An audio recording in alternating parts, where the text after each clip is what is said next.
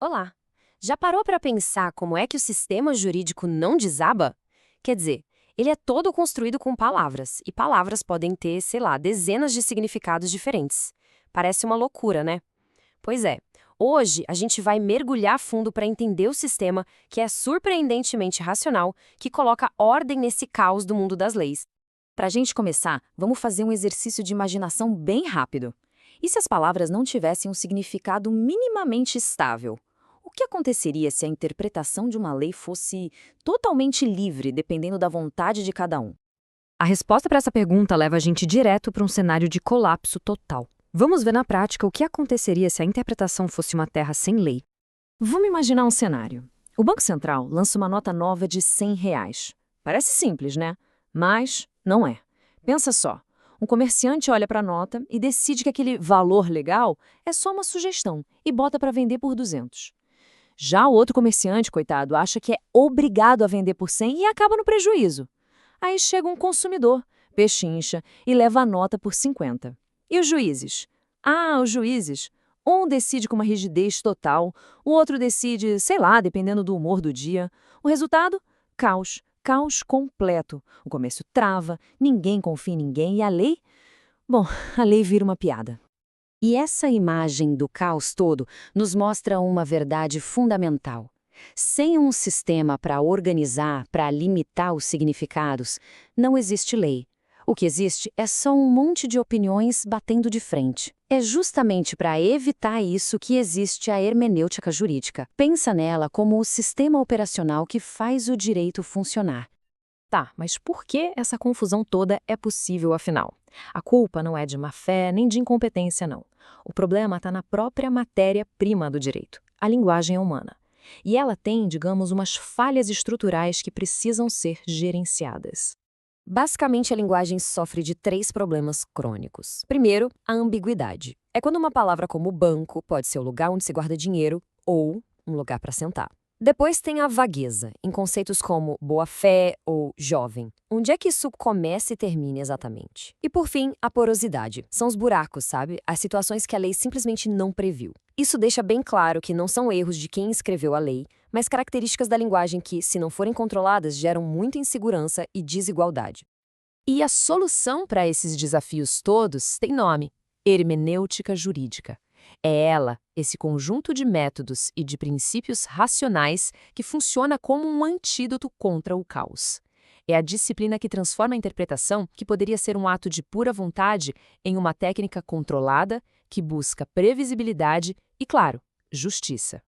Certo, mas como é que esse controle todo funciona na prática? A hermenêutica não é mágica, não.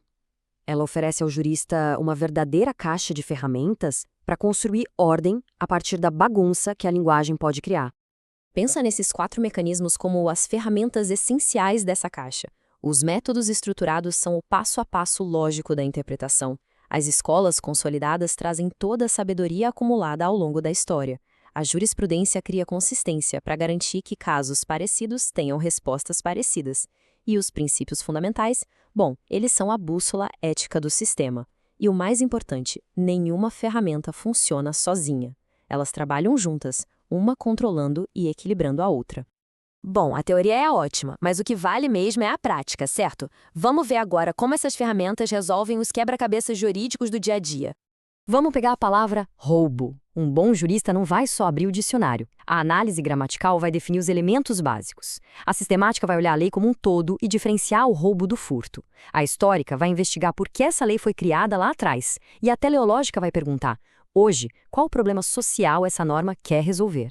É a combinação de todas essas lentes que vai dar uma interpretação rica e bem fundamentada. E essa citação aqui, ela resume perfeitamente a ideia. Interpretar a lei não é como escolher um prato num cardápio. É uma disciplina rigorosa que exige usar várias ferramentas de forma coordenada. Deixar uma de fora não é uma escolha, é um erro técnico mesmo.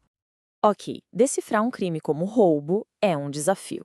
Mas e quando a lei usa um termo de propósito mais aberto como pessoa idosa? Como é que a caixa de ferramentas lida com essa imprecisão? A primeira estratégia é mapear o terreno.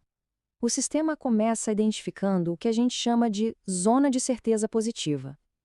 são os casos em que não existe a menor dúvida. Uma pessoa com 80 anos, por exemplo, está claramente dentro do conceito de idosa, sem discussão.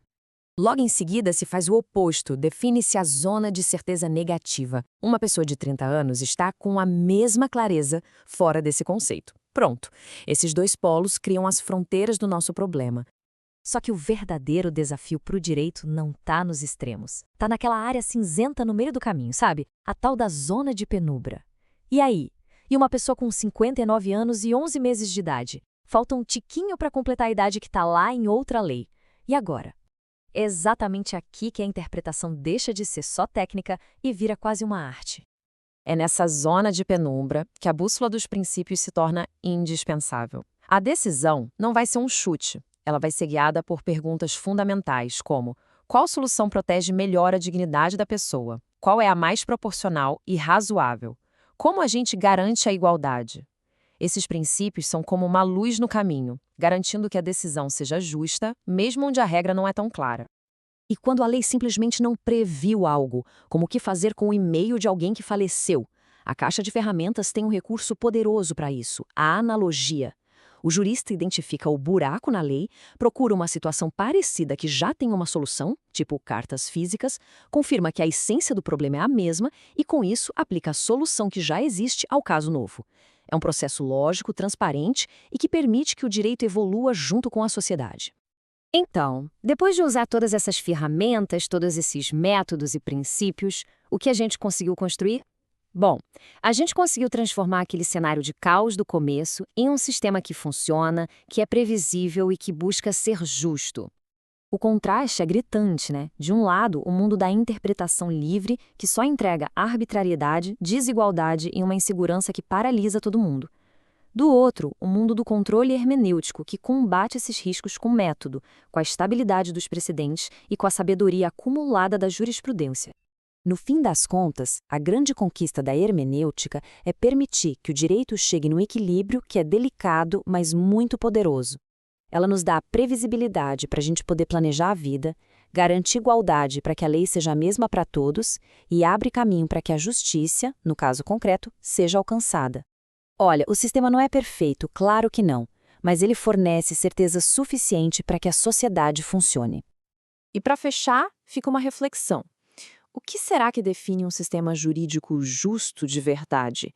É a busca impossível por uma clareza absoluta em cada palavra?